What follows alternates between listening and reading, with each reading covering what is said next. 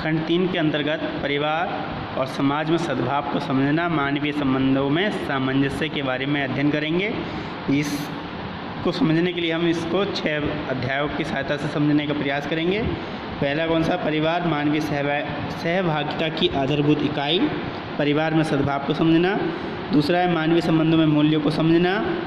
तीसरा है विश्वास का अर्थ समझना, इरादा और क्षमता के बीच अंतर, सम्मान के अर्थ को समझना। चौथा, सम्मान और भेदभाव के बीच अंतर, रिश्ते में अन्याय, प्रमुख मूल्य। पांचवा, समाज में सामंजस्य को समझना, समाधान, समृद्धि, अभय और सह अस्तित्व व्यापक मानव लक्ष्य के रूप में। और छठा, समाज में एक सार्वभौमिक सामंजस्यपूर्ण स्तर की कल्पना करना, अभिभाजित समाज, अखंड समाज, सार्वभौमिक स्तर, परिवार से विश्व परिवार तक। तो ये हैं, इनके बारे में हम अध्ययन करेंगे। ठीक है, आप इसको पढ़ लें और चैप्टर नंबर 1 को देखते हैं। अध्याय नंबर 1, परिवार में सामंजस्य। परिवार मानवीय सहभागिता की आधारभूत इकाई।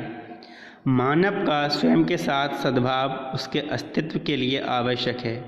मानव स्वयं के स्तर पर सद्भाव में रहता है, परंतु उससे अलग स्तर पर सद्भाव के बारे में हमें और जानना है क्योंकि मनुष्य जीवन के बाद का स्तर परिवार है। अतः परिवार में सद्भाव को समझना और निभाना आवश्यक है। आगे बढ़ने से पहले हम ये जान लें कि परिवार क्या है। तो परिवार समाज की सबसे छोटी इकाई है। जिस प्रकार से छोटी एक ईंट से मिलकर दीवार और दीवार से मिलकर घर, कमरे बनते हैं, कमरे से मिलकर घर बनता है, उसी प्रकार से एक परिवार से मिलकर मोहल्ला, इस तरीके से पूरा समाज का निर्माण होता है। परिवार मानवीय सहभागिता की प्रथम इकाई है। परिवार ये एक ऐसी इकाई है जिसके बारे में विद्वानों के अलग अलग मत हो सकते हैं, परंतु परिवार की एक सार्वभौमिक परिभाषा के अनुसार वे सभी मानव जो खून के रिश्ते से परस्पर जुड़े रहते हैं एक ही परिवार का हिस्सा होते हैं। जबकि कुछ का मानना है कि वे सभी जो एक साथ सद्भाव के साथ रहते हैं परिवार का हिस्सा होते हैं। तो परिवार, हम पूरे संपूर्ण विश्व को भी परिवार मान सकते हैं। कुछ एक परिभाषा के अनुसार जो खून का रिश्ता होता है उसको ही परिवार, उनके सदस्यों को ही परिवार के सदस्य मानते हैं और उसी को परिवार मानते हैं। लेकिन भारत क्या है? भारत पूरे विश्व को ही क्या मानता है? परिवार मानता है। मनुष्य, भारत देश जो है वो पूरे विश्व को ही क्या मानता है? अपना परिवार मानता है। मनुष्य से मिलकर परिवार बनता है, परिवार से मिलकर समाज बनता है। परिवार आनुवंशिक रिश्ते तथा निकट संबंधी परिवार में होते हैं। समाज में क्या होते हैं? दोस्त, पड़ोसी, शिक्षक, दुकान वाला, धोबी, प्रेस वाला, सहयोगी आदि, ये सब समाज के हिस्सा है। परिवार व समाज की परिकल्पना। हम में से हर कोई किसी न किसी परिवार का हिस्सा है। साधारणतः हमारे परिवार में माता पिता, भाई बहन के अतिरिक्त दादा दादी, चाचा चाची, चचेरे भाई बहन आदि आते हैं। ये रिश्ते वास्तविकता से जुड़े होते हैं तथा हम इन रिश्तों में जन्म लेते हैं, इन्हें नकारा नहीं जा सकता। इसके अतिरिक्त हमारे अपने द्वारा बनाए गए रिश्ते हैं, जैसे पड़ोसी, सहयोगी व मित्र। ये रिश्ते हम समाज में रहकर अपने अनुसार अपनी पसंद से बनाते हैं। ये रिश्ते घर के आसपास, ऑफिस, स्कूल आदि जगहों पर पनपते हैं। हमारे शिक्षक भी इसी रिश्ते में बंधे होते हैं। दुकानदार, मोची, सब्जी वाला, दूध वाला तथा अन्य अनेक लोग जो प्रतिदिन किसी न किसी रूप में हमसे टकराते हैं, या ये भी परिवार के उच्च स्तर समाज के निर्माण में भागीदारी करते हैं तथा इनमें से प्रत्येक व्यक्ति हमारे जीवन में एक निश्चित मूल्य का योगदान समय समय पर प्रदर्शित करता है। हम परिवार की परिकल्पना से अनभिज्ञ होने का दिखावा नहीं कर सकते। ये हमारे जीवन की सच्चाई है तथा ये हमारे अस्तित्व का एक अविभाज्य हिस्सा है। हमें परिवार में सद्भाव बनाए रखने के लिए इन रिश्तों के विषय तथा मूल्यों के बारे में विस्तृत ज्ञान होना चाहिए। परिवार में सामंजस्य। तो परिवार में सामंजस्य का मतलब है कि परिवार के लोगों के साथ हम अपना रिश्ता कैसे मधुर बना सकते हैं। परिवार में सद्भाव व सामंजस्य को समझने के लिए हमें निम्नलिखित प्रस्तावों पर विचार करना पड़ेगा। परिवार में रिश्तों का अस्तित्व होता है। रिश्ता एक मैं से दूसरे मैं के बीच होता है। मैं एक रिश्ते में भावनाएं रखता है। ये भावनाएं एक मैं तथा दूसरे मैं के बीच होती हैं। तीसरा, स्वयं मैं की भावनाएं निश्चित होती हैं। भावनाओं को पहचानने तथा पूर्ण करने से ही रिश्तों में आपसी खुशी बढ़ती है। परिवार में सामंजस्य बनाए रखने के लिए इन सभी प्रस्तावों के बारे में जानना आवश्यक है। परिवार में रिश्ता होता है जो कि एक मैं का दूसरे में से होता है। दो मैं के बीच पारस्परिक व पारिवारिक रिश्तों का अस्तित्व एक वास्तविकता है। हम एक परिवार में रहकर रिश्तों का निर्माण नहीं कर सकते क्योंकि ये पहले से ही तय होते हैं तथा हम इन्हीं रिश्तों के साथ पैदा होते हैं तथा रिश्तों के बीच ही रहकर इनसे वार्तालाप करते हैं।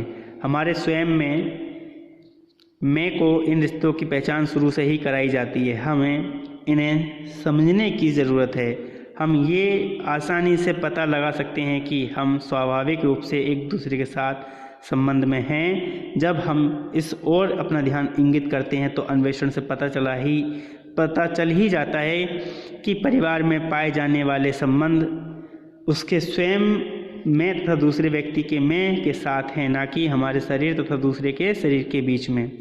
शरीर केवल हमारे रिश्तों को व्यक्त करने या प्राप्त करने का एक साधन मात्र है।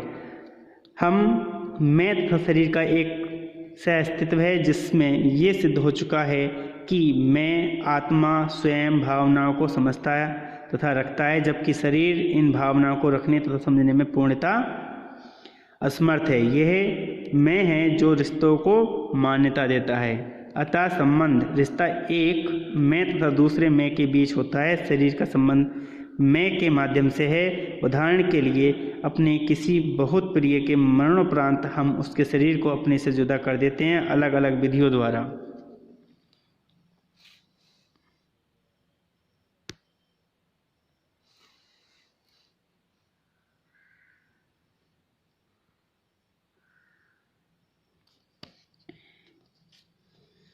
परंतु हमारा मैं जीवन पर्यंत उससे जुड़ा रहता है तथा उसके अस्तित्व को महसूस करता है, क्योंकि जुड़ाव भावनाओं का संबंध उस व्यक्ति के मैं से तथा ना कि उसके शरीर से।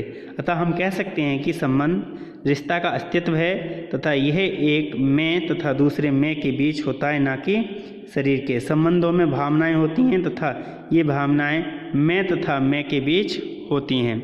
संबंधों में भावनाएं होती हैं तथा ये भावनाएं मैं तथा मैं के बीच होती हैं।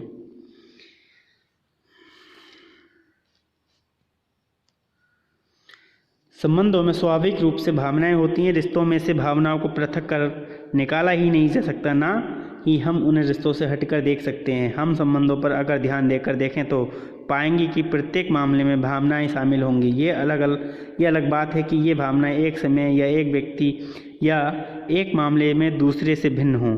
हम भावनाओं को अनदेखा कर सकते हैं, उन्हें दबा सकते हैं या फिर उन्हें दिखा सकते हैं, परंतु उनके अस्तित्व को नकार नहीं सकते। अगर आप अपने आप से पूछें कि क्या आप या आपका शरीर सामने वाले से प्यार करते हैं, तो स्वाभाविक रूप से आपका उत्तर होगा कि मैं प्यार करता हूँ। ये मैं ही है जो प्यार को समझता है। शरीर तो प्यार व्यक्त करने का साधन हो सकता है। नीचे दी गई अभ्यास तालिका को पूर्ण कर पता लगाएं कि कौन है जो भावनाओं को रखता है, मैं या शरीर। तो भावनाओं को सिर्फ और सिर्फ शरीर ही रखता है। भावनाओं को सिर्फ मैं रखता है, शरीर नहीं रखता है। जैसे दर्द किसे होता है तो मैं को होता है। एक गलत या गंदे व्यक्ति को नफरत कौन करता है, मैं करता है। फूलों से खुशबू किसे आती है, मैं को आती है। अपने दोस्त को प्यार कौन करता है, मैं करता है। आप किससे इज्जत चाहते हो, दूसरे में से। आप किस पर भरोसा करना चाहते हो, स्वयं मैं पर। आप देखेंगे कि दर्द मैं को महसूस होता है, ना कि शरीर को। ये मैं है जो किसी से नफरत कर सकता है, शरीर नहीं। फूलों की खुशबू का आनंद मैं ही ले सकता है, ना कि शरीर। मैं कौन होता है, समझ में आ रहा है? मैं यानी कि आपका मन, स्वयं या इंटरनल बॉडी कह सकते हैं जिसे।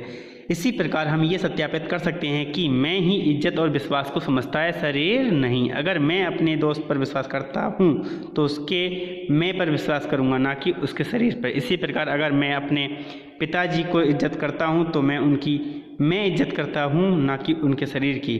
अतः कह सकते हैं कि रिश्तों में भावनाएं होती हैं तथा ये मैं तथा मैं के बीच होती हैं।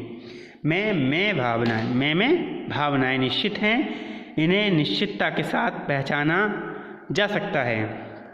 जैसे कि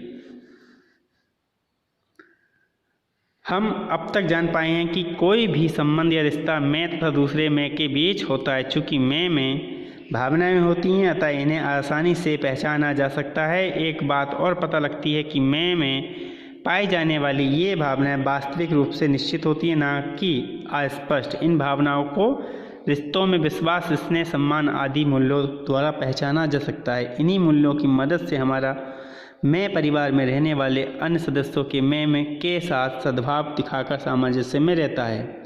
मैं की भावनाओं को पहचान कर पूरा करने से आपसी खुशी मिलना।